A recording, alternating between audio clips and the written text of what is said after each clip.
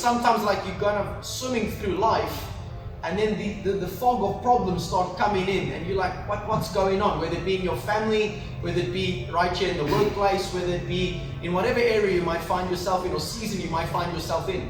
And then fog begins to set in.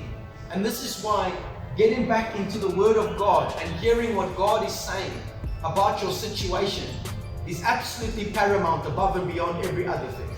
Because when you have a word from the Lord Jesus, everything changes in your life. Because when you know what God has spoken, when you know what He has said, and you hold on to that, even if you maybe lose sight of that for a little brief moment, God is faithful to pull you up out of that ocean and say, oh, your little faith, why did you doubt? Come here, let me show you. Let me help you, let me guide you, let me lead you, let me empower you, let me transform you into everything you've been credited by Him to be. Because His word remains true. Isaiah 55, His word never returns back void or empty. It always sets out and achieves everything it's supposed to achieve.